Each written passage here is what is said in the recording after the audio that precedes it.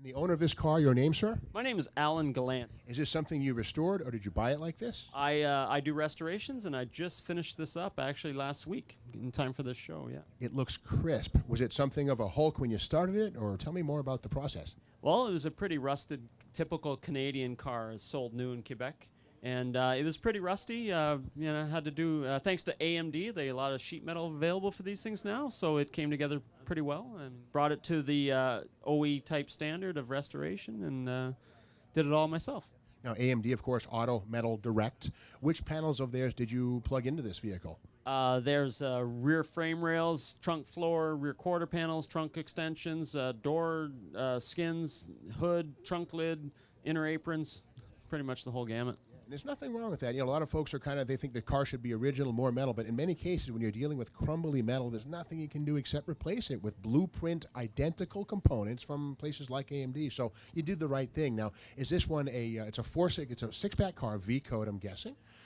Four-speed or automatic? It's a 446-pack V-code, four-speed car with a 354 Dana. Restored, all original, all numbers matching. There's two broadcast sheets. There's two fender tags on it. It's a really nice car. The unusual thing I'm noticing, too, it does not have the 15-inch rims. It has the standard 14s that were part of this car from day one. And were you tempted to upsize the tires and wheels, or? No, I'm 100% to the broadcast sheet kind of guy. That's why you'll find the ultra rare door edge guards on this car too. The gentleman ordered that in '71, so I copied that as well. Beautifully done cars. Take a look under the hood at the engine, the mighty 446-pack. Now, of course, the original six-pack was 1969.5. Edelbrock was contracted to cast them out of aluminum for Chrysler, but by 1970, Chrysler, for whatever reason, decided, let's bring it in-house, make it of iron. Which intake do you have, iron or aluminum on this one? This is the mega weight cast iron intake, yes. And it has all the original carburetors, all the date-coded. It's still running dual-point ignition. And, yeah, it's pretty much stock restored as you would have seen it back in the day. I know some guys will actually take and hide overdrive four-speed parts in their four-speed cases for better drivability, but nothing done here, and no harm there either.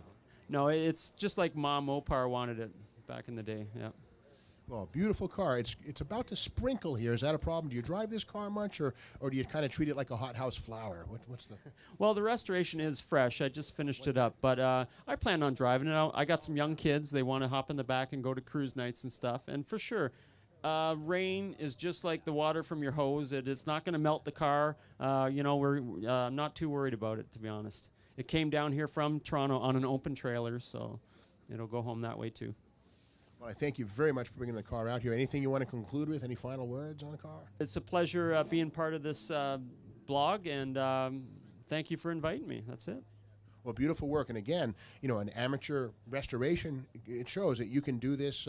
You've done this on your own. I mean, you're a professional amateur, I should say. But what you've done here is crisp, and it rivals things that I've seen done, by the big houses. And very well done car. Beautiful. Thank you very much. And I've been called worse.